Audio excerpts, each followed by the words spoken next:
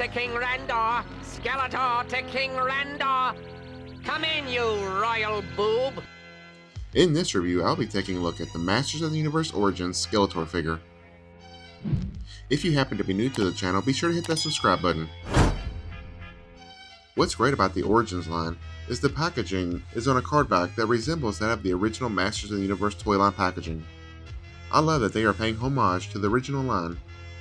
The card back shows the red flying rocks along with the blue starry sky. We get a large Master of the Universe logo with Skeletor's name underneath. Below his name is written Evil Lord of Destruction. In the top corner it says New for 20. At the time of this recording, this line is exclusive to Walmart, but starting in 2021, they will be available everywhere. There's a yellow blurb that states this figure has modern posing. Even the bubble that encases the figure inside is almost identical to the original line packaging. It even has a little circular indentation on the front. This packaging is great for the mineral card collectors out there. Turning around to the back, you get the barcode in the bottom corner. Moving up, you get illustrated instructions on how to hold the accessory, as well as shows off the mobility of the figure. To the right of that, you can see the other figures being released. There are 3 evil warriors, as well as 3 heroic warriors. Here's a little read up on the line itself.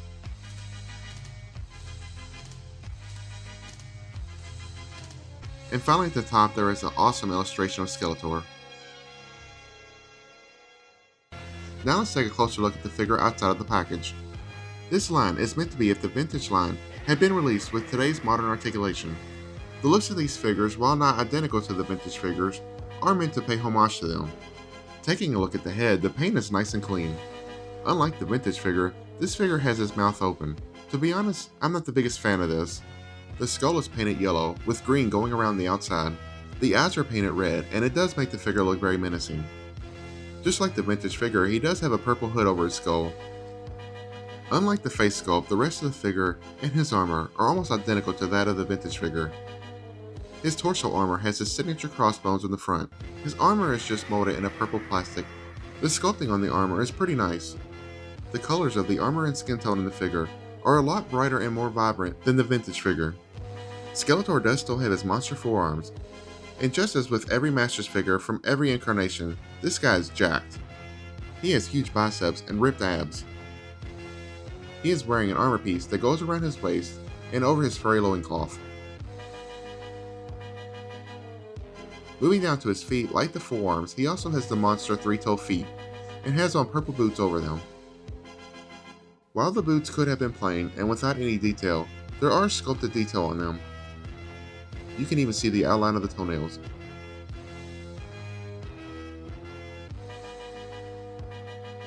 Unlike the vintage figure, he does have peg holes on the bottoms of his feet. Here's a look at the back side of the figure.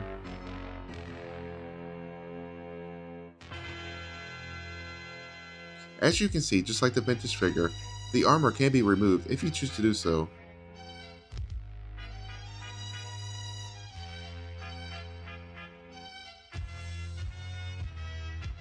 Since I've been mentioning the vintage figure so much, let's go on and take a look at this figure alongside the vintage Skeletor. First thing to point out is while they do look almost identical minus the head, like I mentioned before, the color on the new figure is a lot more brighter and more vibrant than the original. While I like the darker purple on the vintage armor, I actually prefer the brighter blue skin tone of the new figure.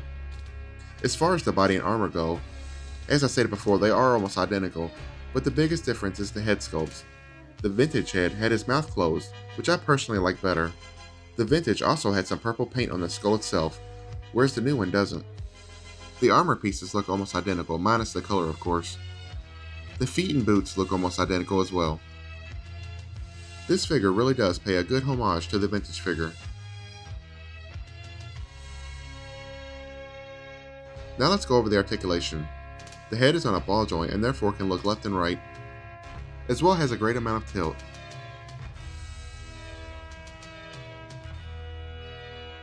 Basically, you can pose the head any which way you like.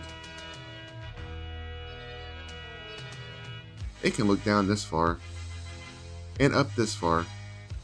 Very impressive.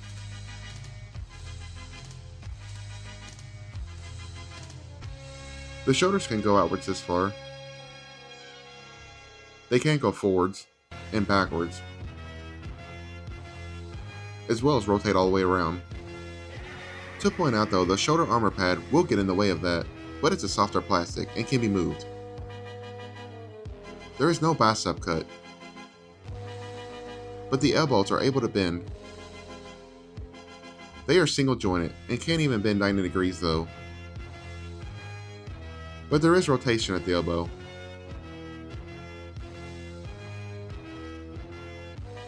The hands can rotate 360 degrees, as well as hinge in and out.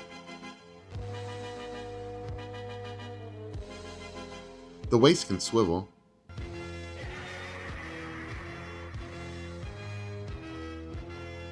The legs can go outwards really far.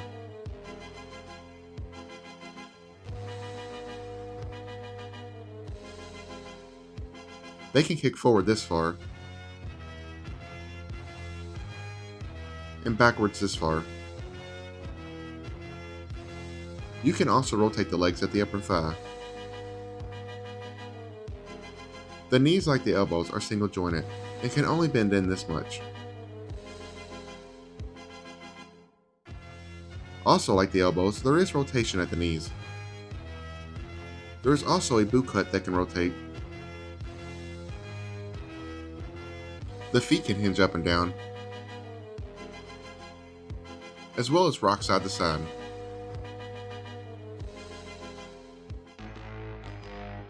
Skeletor comes with two accessories. First up is his Havoc staff. It is molded in a purple plastic with no extra paint detail. On the top of the staff is the skull of a ram. It is very nicely sculpted. As shown on the back of the package, the right hand is sculpted perfectly to hold onto the staff. And here is a look at Skeletor wielding his magical staff. The next accessory is his purple sword of power. It is the exact same as He-Man's, except this one is molded in a purple plastic, while He-Man's is silver. Like the vintage figures, it is a half power sword, so if you purchase He-Man, you can take both swords and connect them together. Unlike the staff, the sword can be placed in either hand. The bad thing about placing it in the right hand though, is the inside with the holes are showing. The left hand is sculpted open, but since the sword has a hand guard, you can slide it over the fingers.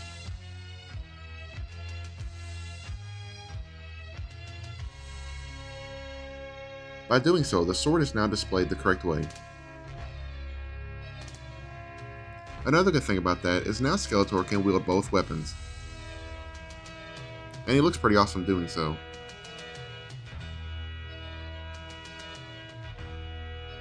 Here's another look at the new figure alongside the vintage figure.